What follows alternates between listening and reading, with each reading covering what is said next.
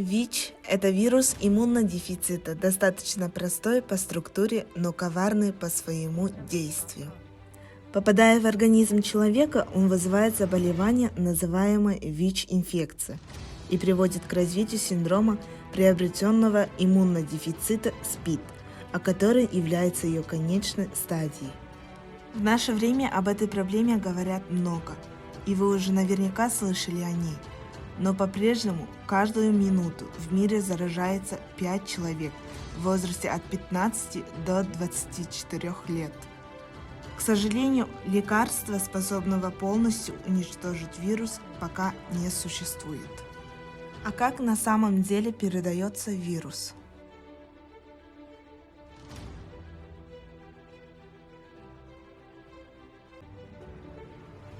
ВИЧ не передается при кашлях и чихании, при рукопожатиях, объятиях, поцелуях, через дверные ручки, поручни и перила общественным транспортом, при пользовании общими вещами, общим постельным бельем, в туалете, ванне и бассейне, через столовые принадлежности и еду, при укусах животных и насекомых.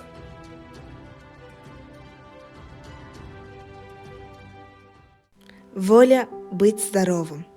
Каждому человеку с рождения дарован огромный запас здоровья, и только вам предстоит решить, как потратить этот ресурс.